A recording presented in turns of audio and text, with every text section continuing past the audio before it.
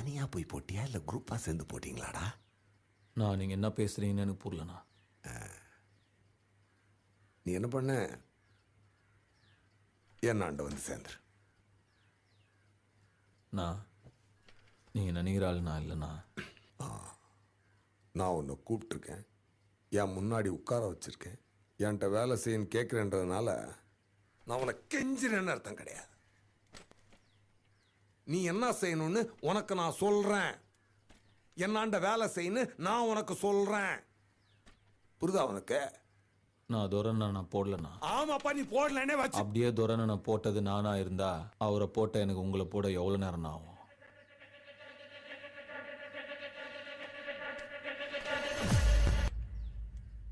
ஆனா நான் போடலண்ணா. நான் கிளம்புறேன்.